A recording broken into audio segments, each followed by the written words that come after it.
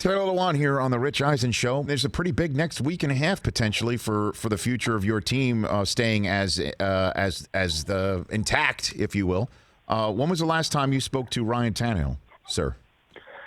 I spoke to Ryan about 2 weeks ago. He was giving me a call when I was on my way to a workout. And you know what? Nicest guy in the world, just to check in, see how things were going.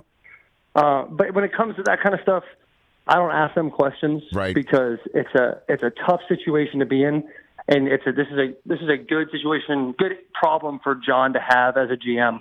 We had a lot of great football players on our team, and we've had a lot of success this season. And we hope to continue that. However, you just want, you obviously want everybody to stay because you love them, right? And you gain relationships with these guys. I love Tannehill. I love Derrick Henry. I love Logan Ryan. Those types of dudes, I love them. So it's a tough situation. But at the end of the day, it's going to get done the way it's supposed to get done, and all those guys are going to be paid handsomely. What in the world was it like watching Derrick Henry just truck people from your position? What in the heck was that like? It was absolutely terrifying. I thought it was assault every single time. I mean, watching him run. My favorite part about watching Derrick Henry is watching guys like Earl Thomas, who I have so much respect for. Right. I respect the hell out of Earl. But for him to say what he said and then ironically getting shoved and turned into a lead blocker for him on one of those plays, that's just Derrick, man. He doesn't talk a lot in the field. He hardly talks at all. He gets mad at me because that's just his personality during games. During the week, he's the nicest guy in the world, but you can make fun of these DBs and these linebackers for, shying away when he's coming down the pipe. But if I'm being honest, my 310 self, I probably shy away a little bit too. Did you? So what do you mean he gets mad at you? What do you mean by that? What do you mean? Derrick during the week, super happy guy, loves it. And then there's a couple plays where I got to help out the guard, but also get my guy. And then I know that Derrick's got my outside on certain plays. There's one play that comes to mind. We have a firm rule of not talking scheme.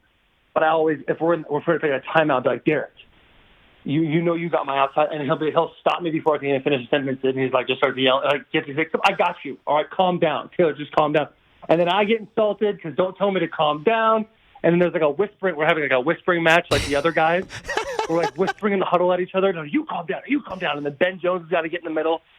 So it's a band of chaos, but for some reason it's organized chaos. And I don't think I've never been a part of a different locker room, but guys that leave our locker room always seem to come back or text us and say how great our locker room is. And right. It's awesome there. The Titans definitely have a great locker room. They're doing a good job of putting good character guys in there that all mesh really well.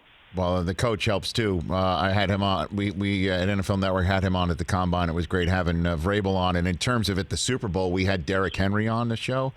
And, I asked him specifically if he was aware it was Earl Thomas who he was stiff-arming and then shoving in the back for good measure after Earl said what he said about the Patriots turning down the opportunity to take him down and that the Ravens wouldn't do the same. Asked Henry point blank if he was aware if it was Earl Thomas at the time.